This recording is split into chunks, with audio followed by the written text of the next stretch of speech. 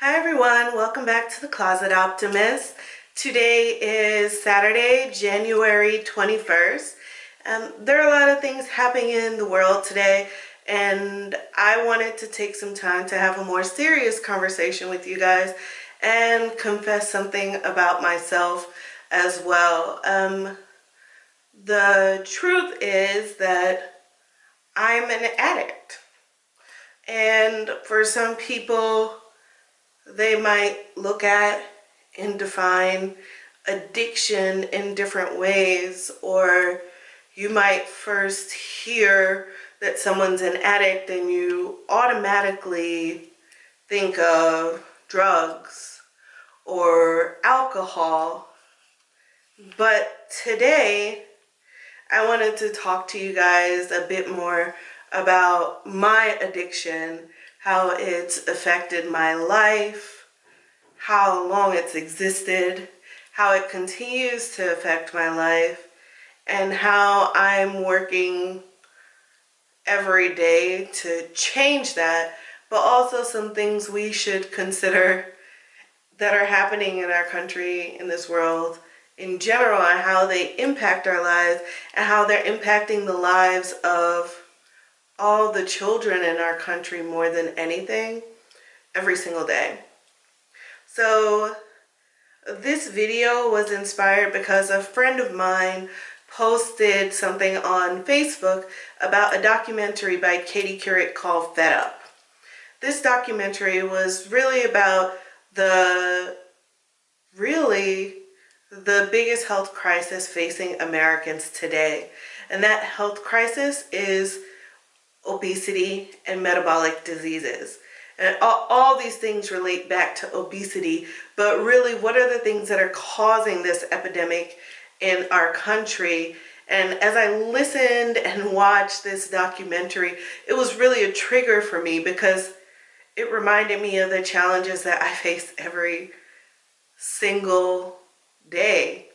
Even as someone who is informed and who tries to do better, there were things I learned in this documentary that I wasn't even aware of. So that being said, as I was watching the documentary, some of the things they talked about was what are the things that are causing people to become more obese. And they cited that, there have been lots of campaigns about people like getting active and moving and eating right, and that being the answer to eliminating obesity in this country and people getting healthier. But is that really all it? If I eat everything that says low fat, low calorie, am I magically, mysteriously going to lose weight and become more fit? And the answer is really no. I mean, if you look around, we're surrounded by processed foods. We're surrounded by all these interests and all of these industries who are profiting off of obesity, off of all of these different food industry tactics to convince us that eating less of this and more of this is what's going to get us healthy, or healthy in general. So all that is to say, one of the biggest culprits really is sugar. Now people are like, oh, well, what if things have natural sugar? What's the difference? The reality is, when a product is laden with added sugar, your body gets overloaded with sugar, and its automatic reaction is to turn that sugar to fat because it can't process it at the same rate. So while you may think, oh, I'm eating this low calorie food, I'm eating this low fat food, you're immediately creating additional fat in your body if you aren't aware of how much sugar is in the different products you're consuming. So you could be on a 1,200 calorie diet and still not be losing weight, and exercising and everything and still not be losing weight. The other implication of sugar is really the addictive side to it. Studies have shown that sugar produces the same effects in the brain as cocaine. That's not me being extreme. That's a reality. The effects of sugar produce the same effects of cocaine, and cocaine is a drug. So what does that really mean for us as people if all of our products are being laced with sugar, if they're finding cheaper options to introduce sugar like corn syrup, and people will walk around saying, hey, it's not that bad? what does that do to us? And honestly, this video is to say that I'm an example because I'm an addict. And I'll give you something.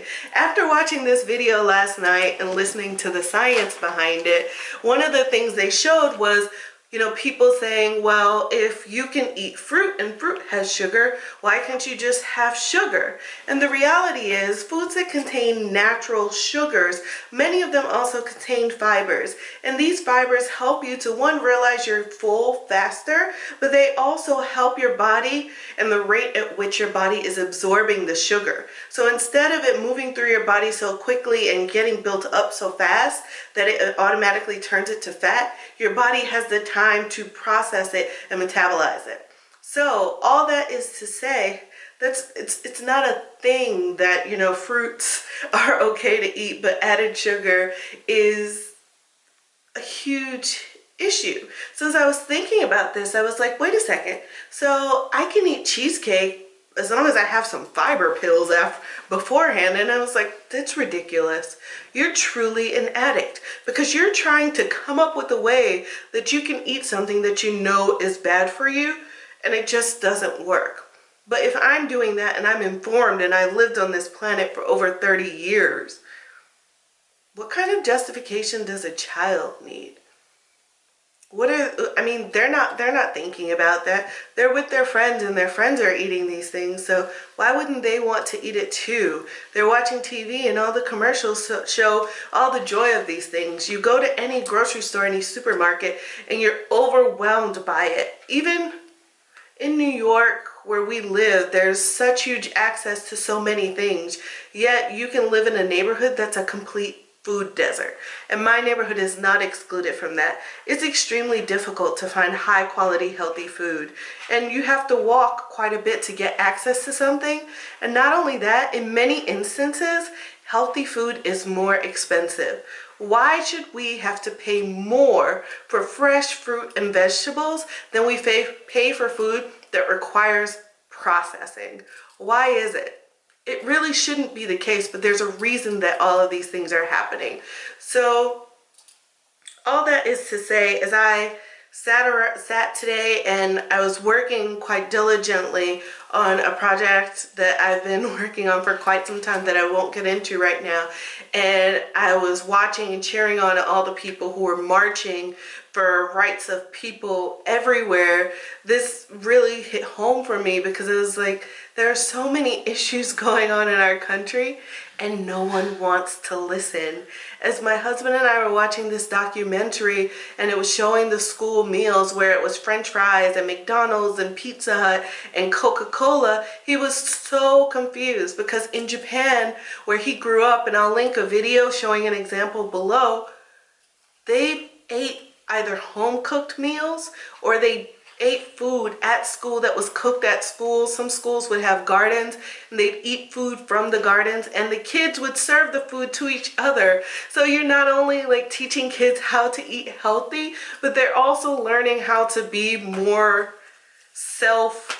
oh my gosh, I just forgot the word, but they're able to do things for themselves. They serve themselves the food, they clean up after themselves. You're learning life skills, but you're also building those skills at a very young age.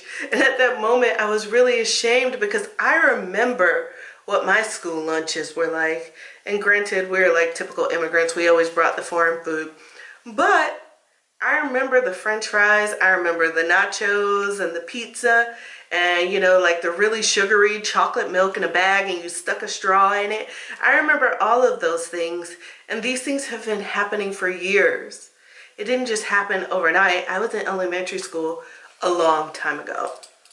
So it got me to thinking, one, how do I kick my addiction, and how can we collectively do a better job of forcing the Food and Drug Administration, our Department of Agriculture, the food companies, the beverage companies, to be more accountable for the ills that they're posing on our society.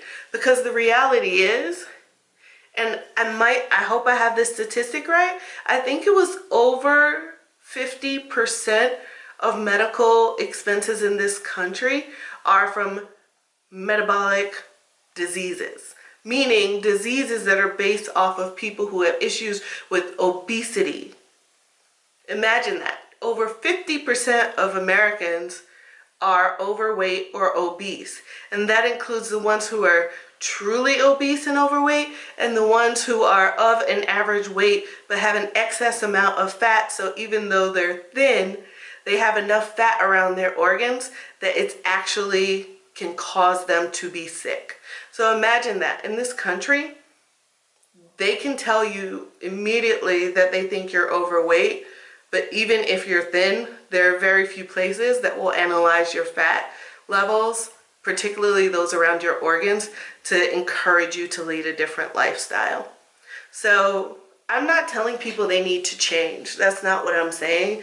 I'm just saying that if who I try to consider myself an aware person, was also educated in watching this documentary and doing some more research, and I sought out this information, then how are people who either don't have access to this information, don't have access to these foods, ever going to be able to kick these addictions? Like, how do they do it? And in thinking about that, I also remembered Michelle Obama's campaign when she first started. And when she started out, she was challenging the food industries to be more accountable for what they're putting in foods and products. And that quickly changed. And I don't necessarily think it was because she wanted to, but it was because it's a very different world being in Washington and dealing with lobbyists. But what I'm hoping is that with everything that's happening now, and the fact that they're no longer in Washington and people are really moved and inspired, that we can revisit this conversation of not only having a country where we support the rights of all people, but a place where we support the rights of all people to be informed and hold companies accountable for what they're doing to the health of all Americans. So that's really what I wanted to talk about today. I have a long way to go in terms of curing my addiction. And the biggest issue arises not when I'm at home, but when I'm in places where I'm hungry and there are no other options. Because realistically, many times there are very few options outside of things that are incredibly processed. And even when you think you're getting something healthy, it can have other things added. So that's going to be a purpose that I'm standing behind this year, because I've seen how it's impacted my family. I've seen how it's impacted myself. So I don't just talk about golden milk for fun every day. I drink golden milk every day because I'm really trying to improve my health. And talking about this and making more people aware of it is also part of the process. So I hope that you'll hold me accountable. But as I work to find ways to improve conditions for everyone, I hope that you'll stand with me and we can all take action together. So that's really all I have to say for today. I hope everyone's having a wonderful weekend. I'll link some resources and information for you below if you want to watch the Katie Couric documentary. I recommend Netflix if you have a subscription to Netflix. It's free. It's also available on Amazon, but I think it's like $3.99. So this is totally your choice, but you can watch it for free on Netflix or get the hookup from somebody else for their Netflix login, whatever you have to do. But stay informed and let's kick this addiction together. And until then, I'm going to continue sipping my golden milk. Have a good night, everyone. See you tomorrow.